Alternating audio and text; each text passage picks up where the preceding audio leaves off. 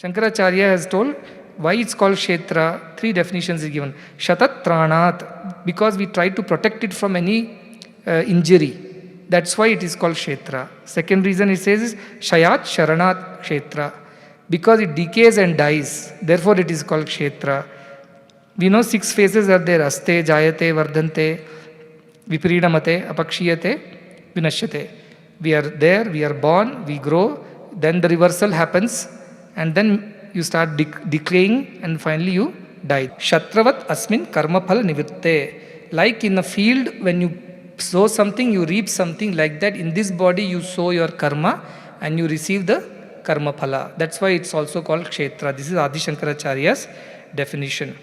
Now, what happens in the 3rd shloka? He says, now you will say, okay, so I understood that this body is the Kshetra, and the one who knows this body is Kshetrajna. So I am Kshetrajna because I know this body is mine. I know the mind is mine. Everything in the body, I know. I'm completely aware of. I'm Kshetrajna. Very good. First level cleared. He says, Kshetragyam chapi mam viddhi sarva kshetreshu bharata. But the knower of this Kshetra is me only, not in you, but in everyone. I only know everything. Now you'll ask Krishna, you're outside. How will you get inside me and know everything that I do? Or who I am? How do you know? So Krishna first said, the knower is Kshetra. Arjuna was comfortable. Yes, I only am knowing my body. So body is called Kshetra. The I am who knows it is called Kshetrajna. But Krishna says, this Kshetrajna is same. The knower is same in all beings. Man, woman, old, young, rich, poor. Everybody, the Kshetrajna, the knower is one and the same. Then Arjuna is confused. And then Krishna says, Kshetra Kshetrajna yo jnanam yad jnanam matam mama yad tad jnanam matam mama. This knowledge that you ask for, what is jnanam, what is gyayam, he asked, no, what is that knowledge and what is to be known? He says, this is what is to be known. The difference between Kshetra and Kshetrajna, that is the body, mind and the knower of the body and the mind. That difference you should know, because most of the times we only consider ourselves as the body or the mind. For example, who are you? I am so and so, boy or girl name. What are you? Whose name is that actually? It is your body's name, right? When your body was born, the name was given. Then second thing, when you ask, how are you? I am sad. Who is sad? Is the body sad? No. Then what is sad? The mind is sad. Why? You didn't get what you wanted today. Somebody scolded you. You did not get good marks. So something in you becomes sad. Something is named in you. But these two are not you, is what Krishna is telling. The one who knows that you are sad, the one who knows that this is the name of your body, that is me, he says. But then I am the same in all. Like the electricity in every bulb is same, though it looks different. Likewise, I am happy and sad, I am tall and small. All this is happening in the body and the mind. The awareness is not changing. It is the same like the electricity which is flowing. On this one shloka, 3rd shloka, Shankaracharya has written so much of commentary, because this is the essence. In fact, this is a Mahavakya. Kshetragyam chapi mam viddhi sarva kshetreshu bharata. Know that I am the knower of everyone. Know that. That is a Mahavakya, because Krishna is saying that one divinity exists in all. And the one who knows the difference between the two truly knows the true knowledge. That is the true knowledge you must learn. Dve vidya veditavya, we talk about paravidya and aparavidya. Aparavidya is all the school's education, I call it. And paravidya I call that which takes us to the highest truth, that you are divine. So, tat brahma gamyate, it says from Mundakopanishad. So this is the idea of this chapter. That is the 3rd shloka. And now in the 4th shloka, Krishna says, what am I going to teach you now? Arjuna has asked him few questions. Krishna says, tak kshetram yaccha yadrikcha yadvikari yataschayat. What is that kshetra? How does it, what is its nature? If you say something is like this, what is its nature? Is it hot, cold, tall, short? What kind of thing it is? And yadvikari, what kind of modifications it goes through? Yataschayat, what comes after what? All this is about the kshetra I am going to teach you. Also he says, Sachayo yat prabhavascha, what is its power? That also I will teach you. Tat samashena meshruna, I will teach you briefly, he says. What are the things? Tat kshetram, what is that kshetra, body, whatever we are talking about? What is its nature? Yadrikcha, yadvikari, what kind of changes happen in that? Yataschayat, what comes after what in that? In case of what, how does it evolve? How does it transform? And 5th, yat prabhavascha, what kind of power does it have? These are the things I'm going to tell you in a brief way. And then he goes to 5th shloka and says, Rishibhir bahudha geetam chandobhir vividhaihi prithak. Rishis have talked about in so many ways. They have sung about it. Geetam. It's not vachanam. It's not upadesham. Geetam. Because when you are happy, you have found something amazing. The Gita is also a song, right? Krishna's song. It doesn't mean he's singing all these things in the Kurukshetra. It means he's happy, he's telling you a truth that he has discovered, something amazing he's telling. So Rishi Geetam, in various ways, Rishis have sung about it. Chandobhi vividhahi pratak. In Vedas, Chandas are from the Vedas, the mantras. In various ways it has been described. Ekam sat vipra bauda vadante. Same truth has been spoken about in so many ways. Then he says, Brahma Sutra Padaischaiva. There are Brahma Sutras. Remember, Prasthanatraya, 3 fundamental texts. What are those? Upanishads, Bhagavad Gita, and Brahma Sutras. So, Brahma Sutras are aphorisms, very short description of truth. And those Brahma Sutras also talk about that padam, that state, exalted state of existence. Hetu madbhi vinishchitai. How do they talk about? With complete logic. Hetu mat. Complete logic and vinishchitai, with complete certainty. There is no doubt in the minds of the rishis or the Vedas or those who have written the Brahma Sutras, because they know it thoroughly without doubt, and they have a logic why they say what they say. The Shankaracharya's commentaries go like this, There is a Purva Paksha, somebody will ask a question and Shankaracharya will refute it with a logic. Then that person will ask a question back again, Shankaracharya will again give the logic, and like that he'll clear all the doubt. That is how he writes his commentaries. There is nobody asking him. He imagines what will be people's objections to what he is teaching. Because he is an Advaita person. Dvaita person will say what? How can God and world be same? You say God is so beautiful, supreme and everything, and same time you say Brahma Satyam Jagan Mithya. And say Jivo Brahmaiva Napara. You say I am only God. How is it possible? I am so bad. I can't be God. Then Shankaracharya, no, as you are God only, but there is some ignorance in you. There is some faults which I have to correct. Once I correct that, you are God only. If somebody sees an empty stone, and a sculptor will say, come and say, this is Shirdi Sai Baba, if he says, who will say, where is Shirdi Sai? This is a piece of stone. Wait, I will show you how it is Shirdi Sai Baba. How will he do? Slowly he will carve the stone and take out a Baba statue out of it. But one question, Shankaracharya, I must tell you, he says that if God becomes samsara, but samsara is limited, today what exists, tomorrow it does not exist, but God is supposed to exist all the time, how can God be samsara? That is first objection.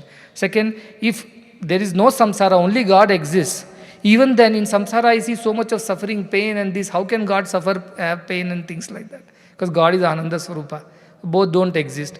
Third question he asks is, if all this is God and I am only God, then why I need your Vedanta and all these textbooks? Why God should read about God? So some people will say like that from this. And fourth he says, but even if all this is true, my experience right now, what I am going through, it is not matching with your description. Because I am going through suffering, I am going through pain, I am going through old age, decay, death. And you are telling that I am imperishable, I am indestructible Brahman. How is it possible? My experience is opposite.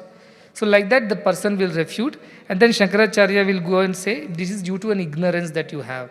What is the ignorance? That is the understanding that you are the body and the mind which is limited, which suffers, which goes through changes, and you are not able to understand that you are the awareness, prajnana. That is the problem that you have. Otherwise you are only divine. One place he says it is like cataract. Once you have cataract, what happens? So cataract makes you first not see. Second, see it wrongly. Third, create doubts in you whether what I am seeing is right or wrong.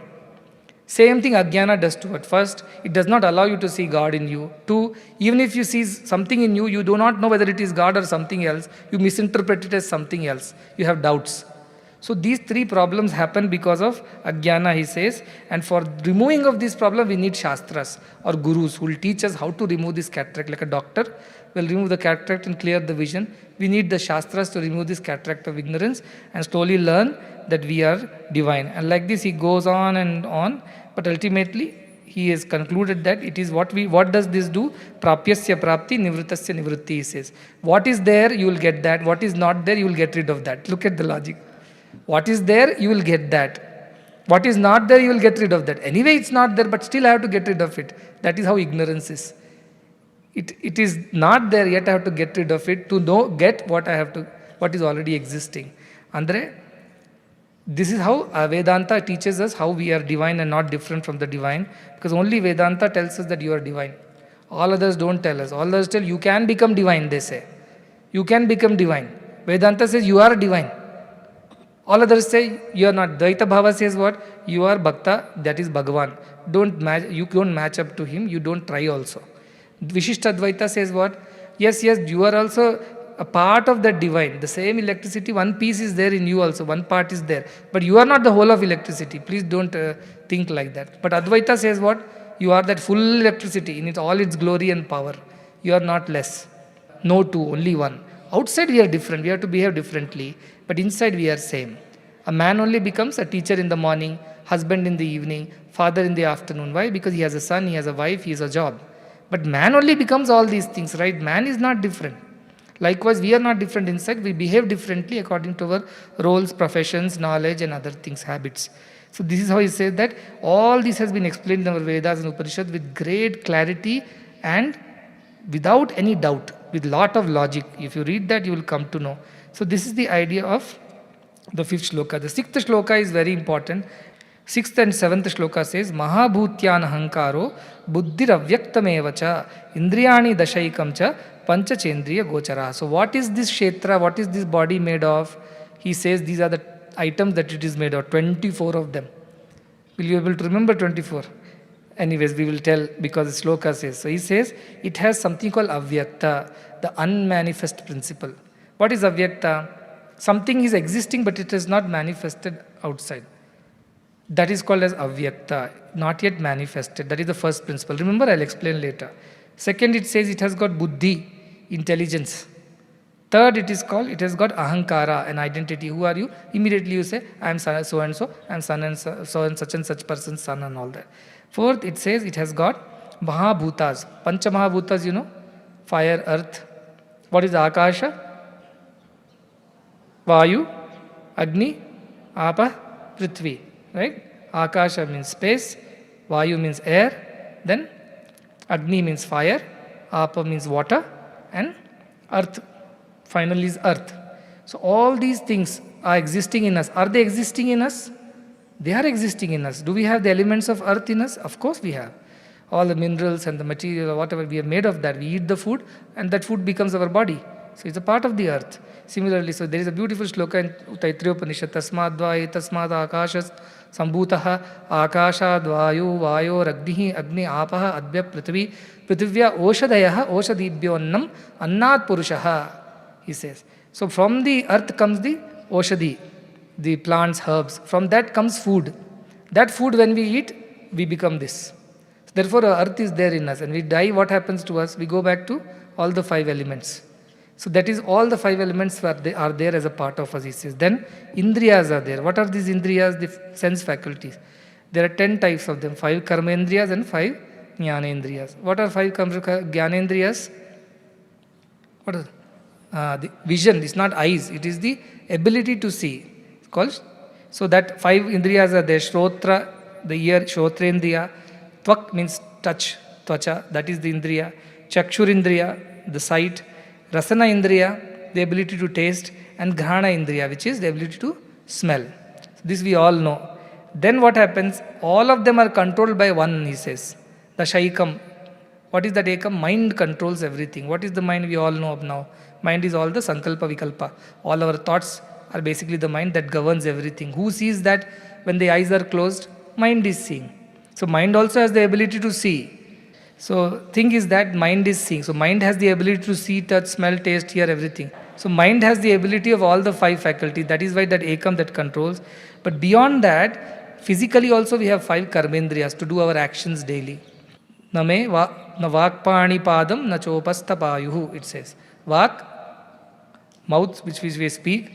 Pani, hands with which we work. Padam, feet which we move. Upastha, which is genitals with reproductive organs, and payuhu, which is excretory organs. All these together are our karmendriyas. 5 are jnanendriyas, these 5 are karmendriyas. 10 plus 1, the mind that controls everything. Is it not your mind which controls your feet? Mind tells the feet, I want to go there. You will say brain tells. No, there is something behind the brain. Brain is only a hardware. It's only a machine. But somebody controls the machine like a software, which is mind. It tells, I'm hungry, I want to go to dining hall. Legs will start walking. So that is the idea of mind controlling all the time. That is the ekam. Then these are the fine. Then finally 5 gocharendriya it says. Gocharendriya means the physical objects of the senses. What can you see? What can you touch? What can you taste? What can you hear? What can you smell? These objects that exist outside you, these are called gochara, which are each indriya should be able to see it. It means should be able to experience it. Put it all together, again go back. Avyakta means that state which has not manifested. What are those things? Your past memories, vasanas, karmas, they're there in a seed state. Once you plant it in the body, they will all manifest. Thought is there, but thought is not manifested into an action or a word. So there is a state in us. That's why we are Purva Janma Sukruta. I keep telling you, many of you are here because of your good deeds of the past. You don't remember those good deeds. But there is one. Otherwise, why we are born differently? Remember I told you about Kanchi Paramacharya, who tells a journalist, go to all the maternity homes and write down which kind of children are born in which maternity wards and who are the parents and what are the circumstances. And he comes back and says, one is poor, one is rich, one is born with some defect or a disease, another is healthy. Then Paramacharya asks, you don't believe in Punarjanma, then why are they born differently?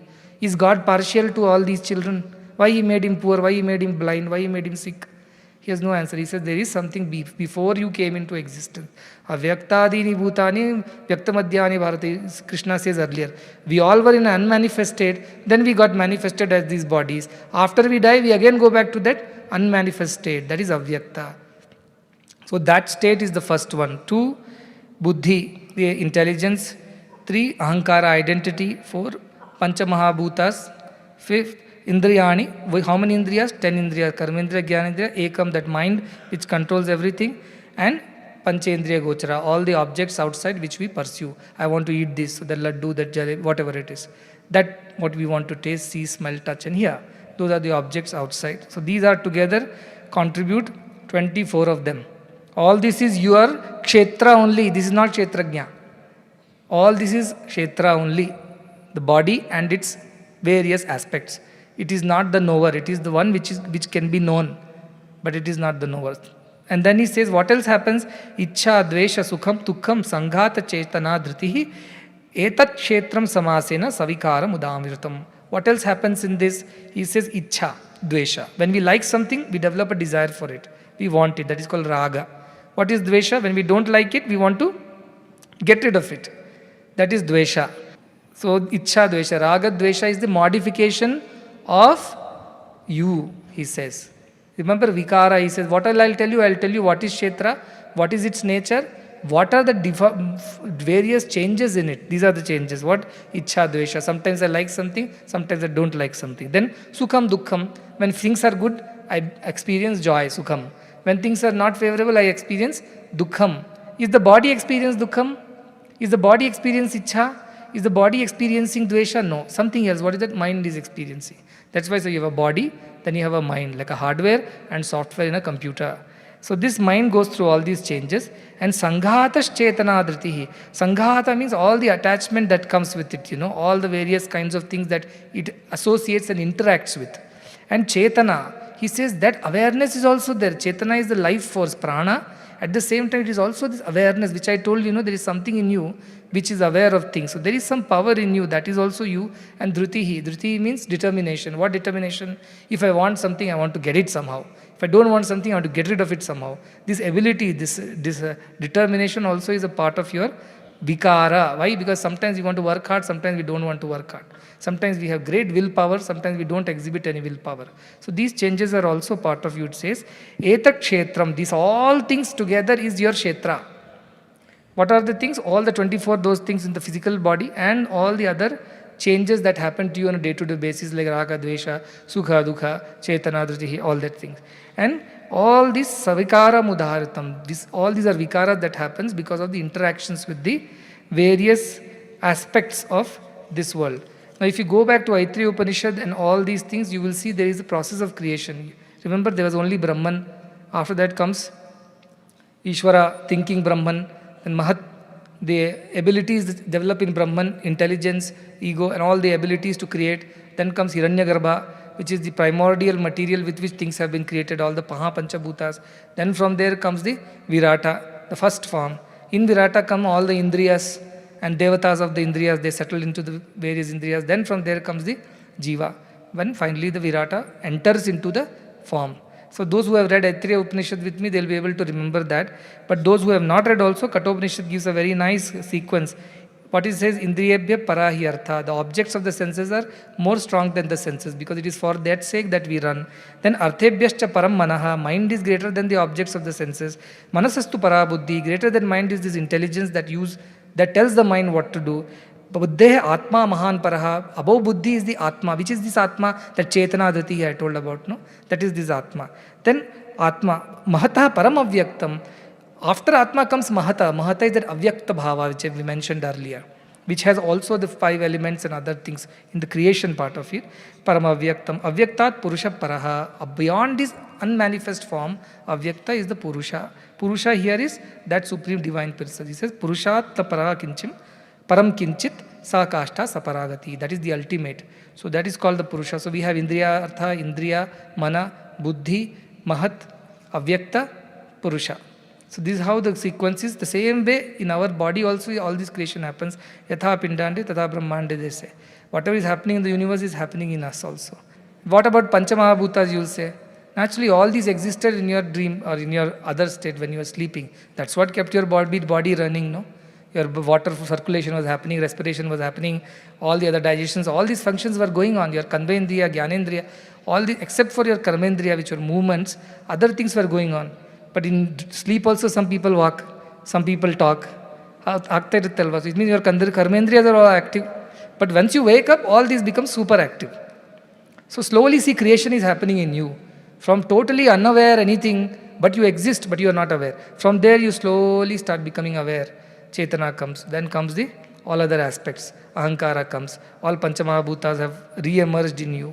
Then our Karmendriya, Gyanendriyas have got activated. So the whole creation happens inside you. Every morning the creation happens, throughout the day you are sustained. At the end of the day you again disappear. In a way we disappear, right? Because we are not aware of ourselves. So Srishti, Sthiti, Laya is happening in us all the time. This is what Krishna is telling, that this Kshetra with all its vikaras is what it is. This all the nature and its way it does, how it evolves, how it changes. This is how it happens, he says. How am I going to differentiate between this Kshetra and Kshetrajna? Neera Kshira Viveka. How will I know this is water and that is milk? Both are mixed. I can't make out the difference between the two. I only feel that the body is also I, mind is also I, and whatever awareness also you are talking about is I only. I can't find the difference. So tell me, how do I differentiate the two and know that knowledge? Now, everything we have learnt about our body, our mind, our buddhi, ahankara, everything. But we have not learnt about that power still, which makes us aware every morning. That Chetana is a reflection of that power. But the ultimate power, the power that runs the whole place, we do not know it yet. We will learn. But if we learn that, Krishna gives us, next sloka, 20 things to practice. And he says, unless you practice these things, you cannot learn the truth. And each of these things are very simple principles of living. Very simple. You have to follow that to become a good human being. Once you become a good human being, the cataract goes out and then you can see things clearly. Till then you think you are the body and you keep working towards protecting this body, preserving this body, decorating this body, satisfying this body. Or you think you are the mind, you all the time are busy stimulating the mind, exciting the mind, entertaining the mind. Whole time we are busy with this. But once we know that we are beyond this, suddenly your attitude towards life will change. Suddenly you will start thinking from a different point of view, a different angle. Suddenly you will feel that whole world has opened up in front of you. A new awareness, a new thinking, a new attitude will come into you. And that is how you will start becoming a better human being. And slowly as you evolve to become better and better by practicing all the good qualities, you will end up becoming divine. Shlokardena pravakshame yadoktam grantakotibihi brahma satyam jagan mithya jivo brahmaiva naparaha. This is Shankaracharya. Whatever is written in crores of textbooks, books of Vedanta and Shastras, I'll tell you in half a shloka. Brahma satyam jagan mithya. Jivo brahmaiva naparaha. God alone is real. The world is his manifestation, so it is unreal. And you, who you think that you are somebody different from God, it is not true. You only are God. This is what Adi Shankaracharya has taught us. We aim to learn the truth that this body mind is different from the knower that I truly am, and this knower is not different from the Paramatma. This knower is called Atma also, and the electricity in the bulb is Atma, and the electricity which is running in the whole circuit is Paramatma. That's how you should remember.